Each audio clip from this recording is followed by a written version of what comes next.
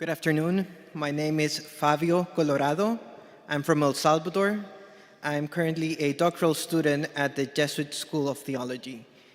Synodality matters to me because I want to put the knowledge I get into creating a church that is inclusive to everybody and everybody feels at home. And therefore I ask, how could theologians, ministries, seminaries, schools create a space so that seminarians, theologians, and people studying ministry promote and live synodality? Thank you. Thank you, Fabio. Bishop Flores, do you want to respond? Okay.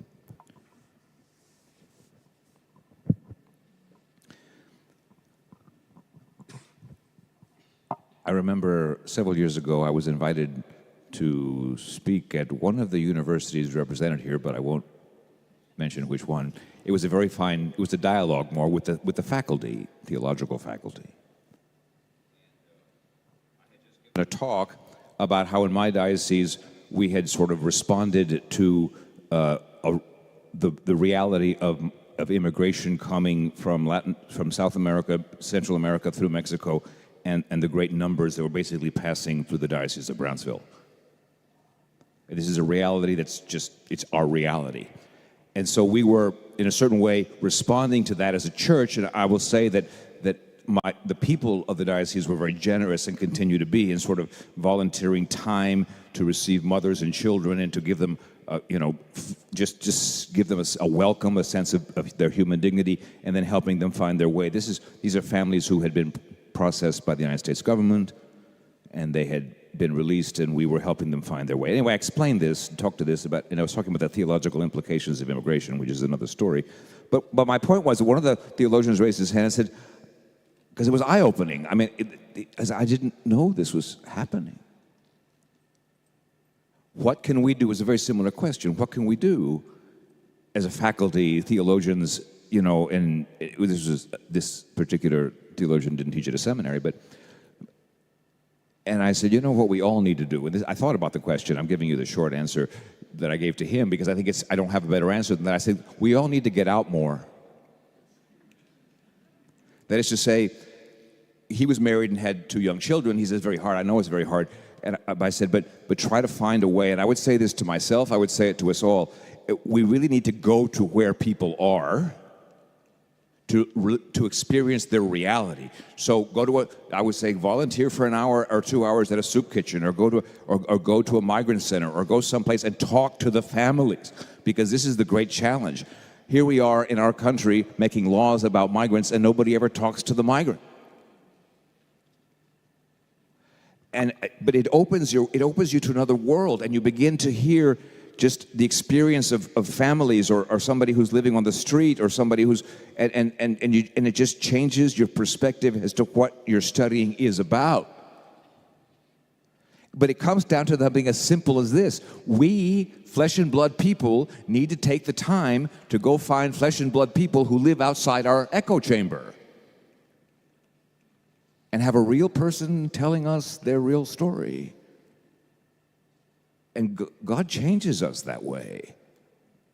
I mean, we've had university groups from various parts of the country come down and spend a week at our respite center. And the only thing I can promise you if you come down is we'll give you a mop, and ask you to make sandwiches, and then we'll ask you to talk to the migrant families who are waiting there for the next day to get on a bus to go home. To go up to their family members, and it'll change your life. Theologians need to do this, seminary faculty need to do this, priests need to do this, and fortunately I can say that my diocese, very many do.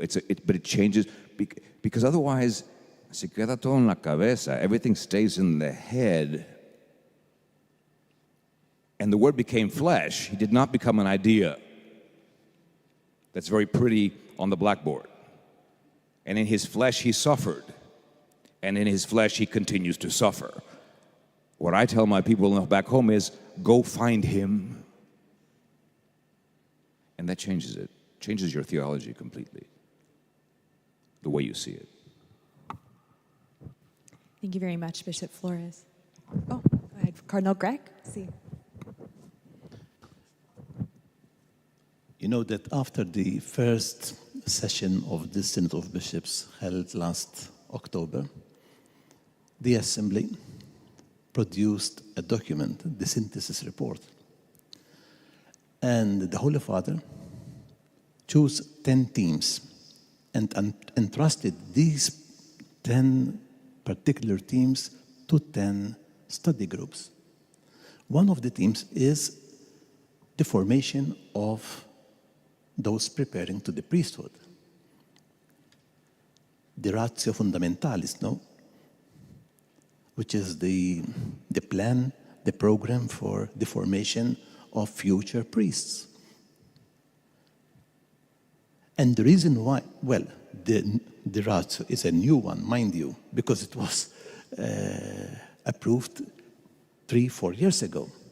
So why do we need to revisit this document?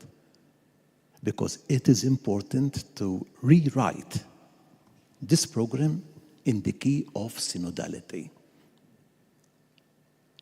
Synodality is not only a program, a subject, a credit in the course. It should take on the whole formative program.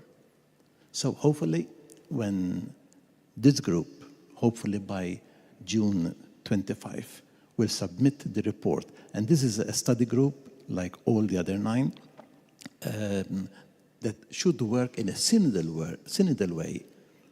And I take this opportunity. If you would like to contribute, please, you are most welcome.